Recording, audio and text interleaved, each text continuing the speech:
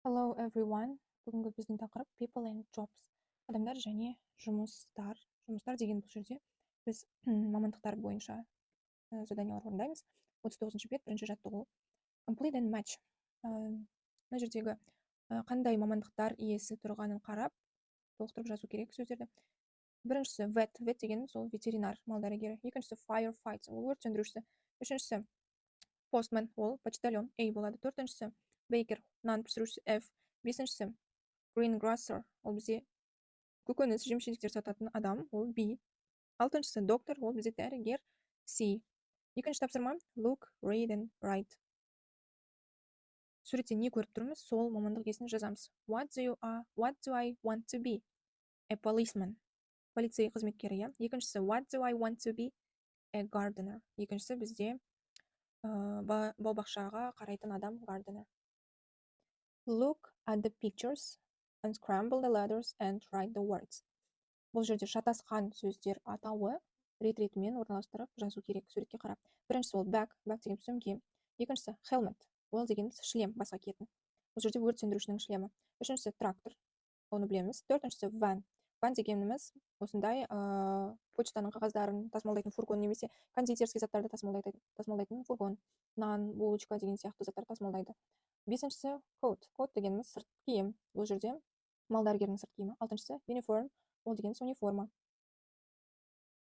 Келесі тапсырма 41-ші беттегі бірінші тапсырмаға тоқталамыз. Read and underline. Бұл жерде есімдіктерді дұрыс белгілеу қажет. Алдыңғы сабақта мен түсіндіргенімдей my, mine, your, yours деген есімдіктер бар. Екеуі де бірдей аударылады, бірақ оның қандай ерекшеліктері бар? Mine және yours деген есімдіктер сөздің үнемі соңында ғана келеді. Ортасында, басында ол келмейді. My, mine, меніңкі, менің деп аударылады. Бірақ менің досым дейтін болсақ, my friend, дос меніңкі дейтін болсақ, friend is mine. Көрдіңіздер ме? Сондықтан mine және yours әрдайым сөйлемнің соңында болады. Екіншісін орындайық. These bags are yours. Сөйлемнің соңында келіп тұр, yours болады. Look at them. Оларға қарашы деп аударылады. Төртіншісі, who is their dad? Олардың әкесі кім? Their, олардың. Them дегенді қолсақ бұл. Оны қойсақ, оларға деп аударылады, сондықтан сөздің мағынасына сәйкес келмейді. Бесіншісі, this is Khairat's tractor. It's his tractor.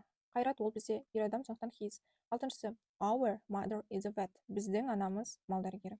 Can you help me, please? Сен маған көмектесе аласың ба? Сегізіншісі, this book is mine. Жаңа айтып өткенімдей, mine тек сөйлемнің соңында. Келесі екінші тапсырма, read and choose.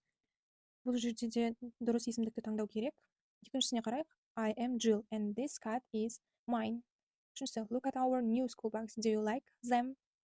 Біздің жаңа сумкамызға қарашы. Олар саған ұнайды ма? Төртіншісі, this is Mary's dog. Its name is Rex. Бұл Мэридің иті, оның аты Rex. Бұл жерде my name is емес. My ол адам өзін айтып тұр ғой. Rex ол иттің аты. Итке біз it деген есімдікті қоямыз. Бесіншісі, is he your uncle Jack? Бұл сенің көкең бе Jack? Сол үшін your. It сол жануарларға қолданады. Алтыншысы, this is Anna. Her doll is beautiful. Бұл Анна, оның кукласы әдемі. Неге her? Себебі Анна ол қыз.